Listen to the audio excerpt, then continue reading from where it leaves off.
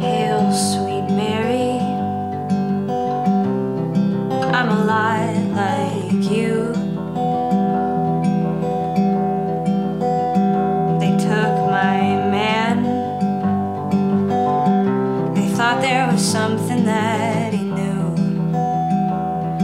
When the rain crashes down on the other side, will you tell him that I love him one more time? Oh, I promise to work hard and be kind. No, there's never gonna be another Mary. No, there's never gonna be another Mary. I'm not religious, so like the Hail Mary, I mean, I associated it with Catholicism, like the Virgin Mary, like I know that much, but I think what I was thinking about when I was writing it is how heartbreaking it would be to lose the person you love. We look to symbols and symbolism in our culture for guidance, like the Virgin Mary. And I think that the stories and the myths that we have in our culture are very powerful, and they're not, that doesn't mean just because it's a story or a myth makes it any less real for people or like less important.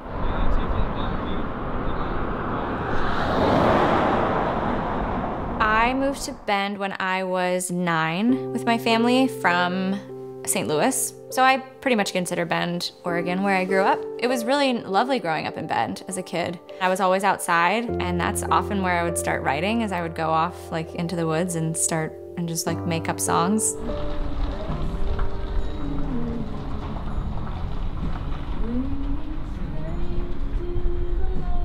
My mom and dad were together. They got divorced when I was 14, which was a tough time for them to get divorced. I was pretty independent, and so I tried to be tough and didn't really let that bother me, but looking back on it now, I think it was really hard. Wanted to run away, then I realized they were mine, my eyes, my own two eyes.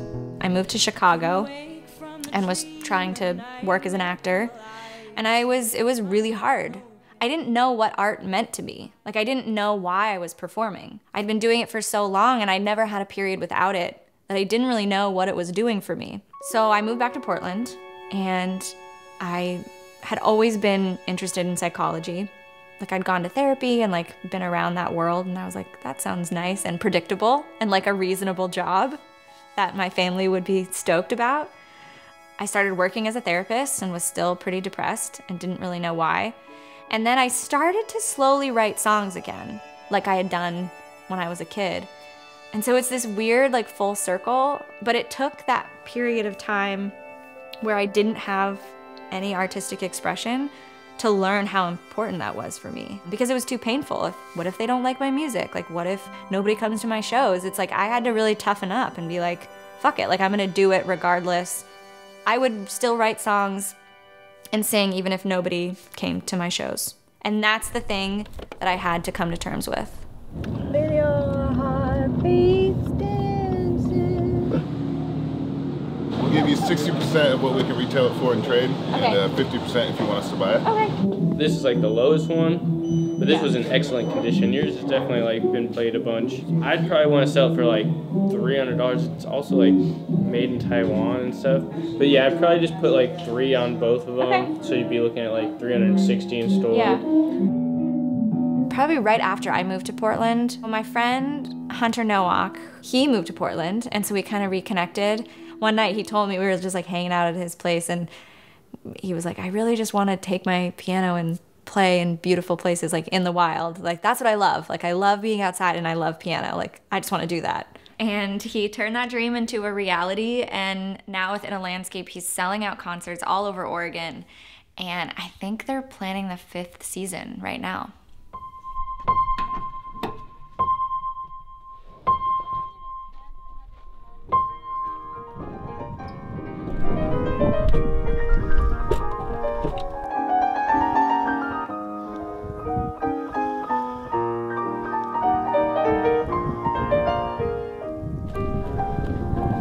I was just grateful enough that he asked me to play with him. He has guest artists come on and do the shows with him. And then he also was like, "And can you write a song about it?" Stay with me, drink to uncertainty, we'll sing a sweet melody. And it's interesting because I wasn't nervous, like, oh, what if I can't write a song? I don't know. For some reason, I just knew that it would come.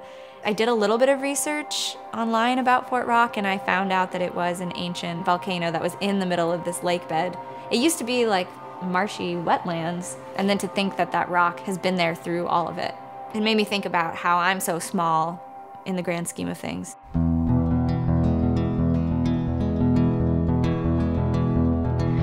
There is a place off the highway that's rising like a desert tidal wave.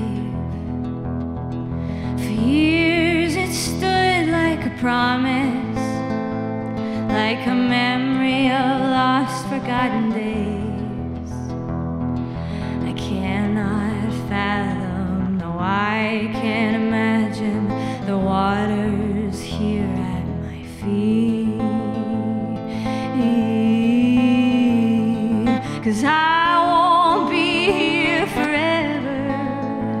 No, I won't be here forever.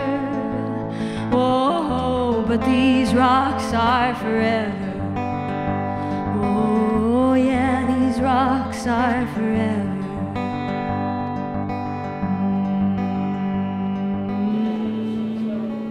Could try that. I feel like that might be slightly too orangey. Like I was picturing more of a bright, almost like magenta-y. So maybe your name is more of the scrolly, and then this is more of the kind of blocky. Yeah. And I think I do like the curve. More of the curve? Yes. We have this idea of like the starving artist in our culture, that like artists struggle and they're drug addicts and like usually like unstable. You know, we have this image of that artist in our culture, and that's just not my story. And it did make me doubt whether or not I was a legitimate artist because of it. A professor of mine in college said to our class once, like, if there's another career that you can do besides being in the entertainment industry, then do that, because it's too painful to be in the entertainment industry. And I took that to mean like, well, like I'm sort of okay being a therapist or like doing another job, so I should probably just do that. But what happened is then I was denying this part of myself that is very real. I am an artist. It took a long time for me to accept that. I believe that like all people are artists. And no, that doesn't mean we're all gonna be making a living from it. Doesn't mean it's all gonna be good. Struggle looks so many different ways. Like I struggle internally a lot. Like, so that my art does come from my internal struggle, but it's not the same external struggle as another person might have. And it's not the same as another internal struggle as somebody might have. And for me, some of my most heart-wrenching songs that I've written have come when I'm relatively stable, but I'm able to relax into and like tap into something that's really emotionally difficult. Do you have a cowbell in there too? It'd be pretty sweet. I need a little more vocal, sorry. Almost there. Corinne Sharlet is back. She was here with us during the pledge drive in October, right? Yes. It should be a great show today. Yes, we had a little, actually I believe you took a little video of her when she was here. Oh, yeah. And it still gets quite a bit of, it's up on our Facebook page quite a bit. Welcome to Center Stage here on your High Desert Community Radio, KPOV 88.9 FM here in Bend, Central Oregon. I'm here with Corinne Sharlet here, getting ready to kick things off with an in-studio performance at our 501c3 studio. Welcome, Corinne. Thank you, Lynn. I'm happy to be here. You have words that describe your music as dark, alluring, seductive. Tell me about it in your words. Continue on with so that, dramatic, us musicians talking about our music. I'm really interested in psychology, and so a lot of my lyrics are centered around, like, I don't know, my own, like, questions about what it means to be a human. So, okay, that sounds really heady, but... It's pretty deep. Yeah, I guess it is true. That's good. It's the first recorded music I've put out as a solo artist, so it's really exciting. Yeah, here's Hail Mary.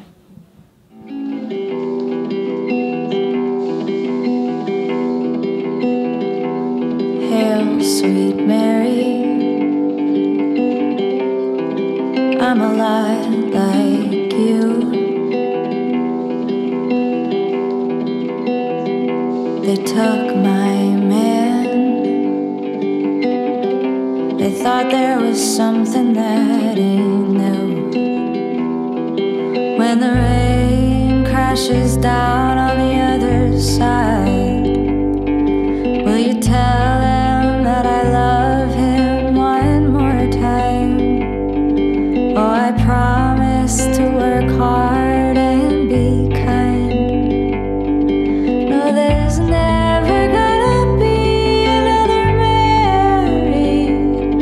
No, there's never gonna be another Mary.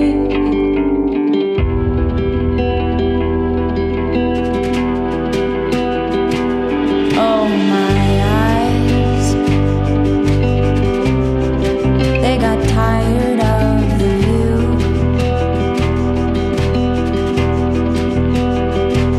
Hail, sweet Mary, what's a troubled girl like me to do? When the rain crashes down